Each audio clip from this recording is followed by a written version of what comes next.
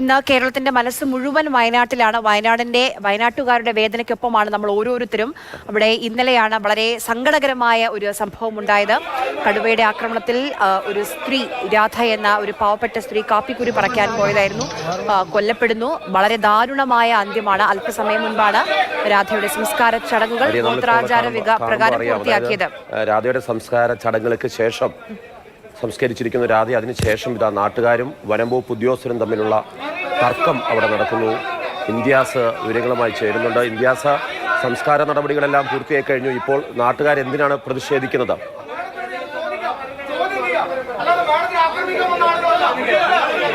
Marshal, ഇപ്പോൾ പഞ്ചാരക്കൊല്ലിയിലെ camp ഓഫീസിൽ ഉദ്യോഗസ്ഥരുണ്ടായിരുന്നു, വനംവകുപ്പ് ഉദ്യോഗസ്ഥരുണ്ടായിരുന്നു.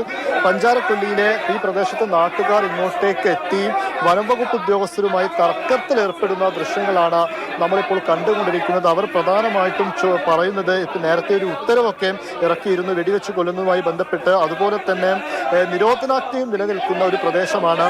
അപ്പോൾ ഞങ്ങളോട് ഇതിലെ നടക്കരുത് എന്നൊക്കെ പറയുമ്പോൾ ഞങ്ങളോട് കൃത്യമായിട്ട് ഞങ്ങൾക്ക് ഇതിൽ നിർദ്ദേശമൊന്നും തരുന്നില്ല, കാര്യങ്ങൾ കൃത്യമായി കമ്മ്യൂണിക്കേറ്റ് ചെയ്യുന്നില്ല എന്നാണ് ചില ആളുകൾ ഇപ്പോൾ അത് പറഞ്ഞുകൊണ്ടാണ് തർക്കത്തിലേർപ്പെടുന്നത്. അതോടൊപ്പം തന്നെ അരുൺ സക്കറിയ എവിടെ എന്ന രൂപത്തിലും ഇവർ പലരും ഇങ്ങനെ ചോദിക്കുന്നുണ്ട്.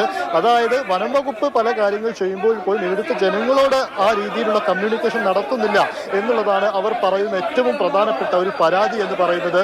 ആ സമയത്ത് എന്തുകൊണ്ട് കടുവയെ പിടികൂടുന്നില്ല എന്ന് ഈ പ്രതിഷേധക്കാരിൽ ഒരാളെ ചോദിച്ച സമയത്ത് അവിടെ ഉണ്ടായിരുന്ന ഒരു ഉദ്യോഗസ്ഥ, കടുവ ഞങ്ങളുടെ മുന്നിൽ വന്ന് നിൽക്കുകയല്ലോ എന്ന് കയർത്ത് സംസാരിക്കുന്ന ഒരു സംഭവം ഉണ്ടായി.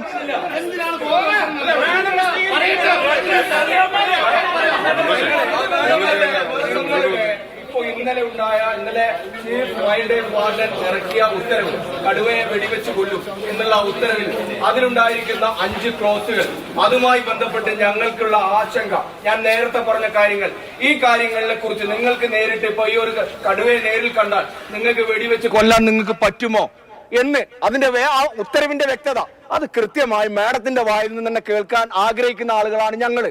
അത് മാഡത്തിന്റെ വായിൽ നിന്ന് കേൾക്കണം. കണ്ടാൽ സൂട്ടഡ് സൈറ്റ് ആണോ, അല്ലെങ്കിൽ നിങ്ങൾക്ക് ട്രാക്ക് ചെയ്യേണ്ടതുണ്ടോ? ഇനി രാധ എന്ന് നമ്മുടെ പ്രിയപ്പെട്ട സഹോദരിയെ കൊന്ന കടുവ തന്നെയാണെന്ന് നിങ്ങൾക്ക് ഐഡന്റിഫൈ ചെയ്യേണ്ടതുണ്ടോ? അല്ല, അതിനോടൊപ്പം നിങ്ങൾ എന്തിന് കഴിഞ്ഞ ഞായറാഴ്ച ഈ കോളനികളിൽ പോയിട്ട് നിങ്ങൾ എന്തുകൊണ്ട് ഇവിടെ 3-4 ആളുകൾ മാത്രം കാട്ടുവഴിയിലൂടെയോ ഈ ഇതിലോ സഞ്ചരിക്കാനേ പാടുള്ളൂ? ആ പോവുകയാണെങ്കിൽ തന്നെ നിങ്ങൾ തൊട്ടടുത്തുള്ള അയൽപക്കക്കാരോട് പറഞ്ഞ് ഏൽപ്പിക്കണം, ഞങ്ങൾ ഇന്ന വഴിയിലൂടെയാണ് പോകുന്നത്. എന്തിനു പറഞ്ഞു? അങ്ങനെ പറഞ്ഞാൽ ഇവിടെ ലോക്കൽ സെൽഫ് ഗവൺമെന്റ് എന്ന സംവിധാനം ഉണ്ട്, ഇല്ലേ? പഞ്ചായത്ത്, മുനിസിപ്പാലിറ്റി ഉണ്ട്. നിങ്ങൾ എന്തുകൊണ്ട് മുനിസിപ്പാലിറ്റിയായി ബന്ധപ്പെട്ടില്ല? അറ്റ്ലീസ്റ്റ് കൗൺസിലറെ പോലും ബന്ധപ്പെട്ടില്ല. എന്തുകൊണ്ട് ബന്ധപ്പെട്ടില്ല? എന്തുകൊണ്ട് പറഞ്ഞില്ല? ഒരു ബോധവൽക്കരണമാണ് നടത്തുന്നതെങ്കിൽ, ഇത്തരം ഒരു സാഹചര്യമാണ് നിങ്ങളുടെ മനസ്സിലുള്ളതെങ്കിൽ ഒരു പ്രദേശത്ത് താമസിക്കുന്ന മുഴുവൻ ജനങ്ങളെയും അറിയിക്കാൻ നിങ്ങൾക്ക് ബാധ്യതയില്ലേ? നിങ്ങൾക്ക് ബാധ്യതയില്ലേ? അതിന് കൃത്യമായിട്ടുള്ള മറുപടി മാഡത്തിന്റെ വായിൽ നിന്ന് കേൾക്കാനാണ് ഞങ്ങൾ നിൽക്കുന്നത്. അതുകൊണ്ടൊപ്പം ഞാൻ ഒന്നും കൂടി പറയുന്നു, കൃത്യമായിട്ട് നിങ്ങൾ ഇന്നലെ ഇറങ്ങിയ ആ ഉത്തരവുമായി ബന്ധപ്പെട്ടിട്ടുണ്ടായിരുന്ന അവ്യക്തതകൾ കൃത്യമായി ഞങ്ങൾക്ക് മാഡം നീക്കി തരണം. സൂട്ടഡ് സൈറ്റ് ആണോ, അല്ലെങ്കിൽ നിങ്ങൾക്കത് ചെയ്യാൻ പറ്റുമോ, അതിന് മറ്റേതെങ്കിലും തരത്തിലുള്ള തടസ്സങ്ങളുണ്ടോ, അതല്ലെങ്കിൽ നാഷണൽ ടൈഗർ കൺസർവേറ്റീവ് അതോറിറ്റിയുടെ അനുമതിക്ക് വീണ്ടും നിങ്ങൾക്ക് അത് ആവശ്യമുണ്ടോ? ഇതിനൊക്കെ കൃത്യമായിട്ടുള്ള മറുപടി മാഡം തന്നേ പറ്റൂ. അതുപോലെ ഇന്നലെ മുതൽ എന്താണ് ഫോളോ അപ്പ് ഉണ്ടായത്? കടുവ ഇന്നലെ രാത്രി കണ്ടിരുന്നോ? കൂടിന്റെ അടുത്ത് വന്നിരുന്നു, കൂട്ടിലേക്ക് നോയിരുന്നു, ക്യാമറ പറയുന്നു, ക്യാമറയിൽ പതിഞ്ഞു എന്ന് പറയുന്നു. അതിന്റെ എന്താണ് ഫോളോ അപ്പ് ഉണ്ടായത്? എന്തുകൊണ്ടാണ് അരുൺ സക്കറിയ എന്തുകൊണ്ട് ഈ നിമിഷം വരെ എത്തിയില്ല? 10 മണിക്കൂർ അല്ലെങ്കിൽ ഫ്ലൈറ്റ് വരുന്ന 1 മണിക്കൂർ വേണ്ടു, ഇതുവരെ ഒന്നും എത്തിയില്ല. ഞങ്ങളെ ജീവൻ വെച്ചിട്ട്